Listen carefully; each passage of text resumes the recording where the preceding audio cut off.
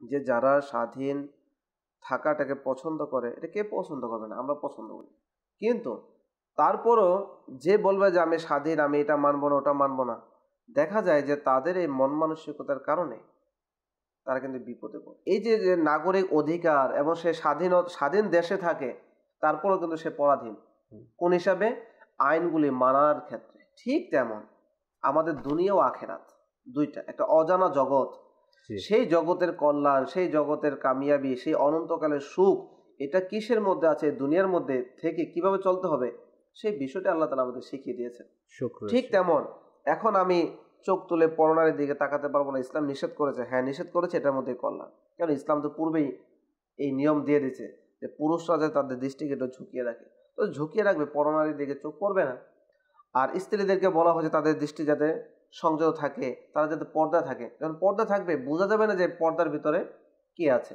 তখন তার এই ব্যক্তিত্ব, তার এই চারিত্রিক বৈশিষ্ট্য, তার এই লজ্জাশীলতা, তার সৌন্দর্য সবকিছু যখন গোপন থাকবে, তো অজান্তেই মানুষ কি করবে? সেটা থেকে বেঁচে থাকবে। মূল্যবান জিনিস, পৃথিবীর জমিনের মধ্যে যত বেশি মূল্যবান জিনিস, তত বেশি পর্দার মধ্যে আল্লাহ তাআলা সৃষ্টিগতভাবে শিখিয়ে দিয়েছেন।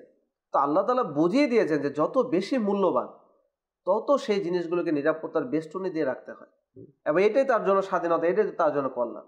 এই জন্য ইসলাম যে আমাদের আদর্শ দিয়েছেন, শিখিয়েছেন, সেটা নিহায়ত আমাদের কল্যাণ। আমরা মানি বা না মানি, হ্যাঁ, গুনাহের রোগের কারণে কিছুদিন আমরা অসুস্থ থাকব, মানতে কষ্ট হবে, কিন্তু যখনই আমরা অভ্যস্ত হয়ে যাব, যেই 1450 বছর ধরে আমাদের পবিত্র আম্মা জানরা পর্দা করেছেন, তাদের শানে কোরআনের আয়াত নাজিল হয়েছে।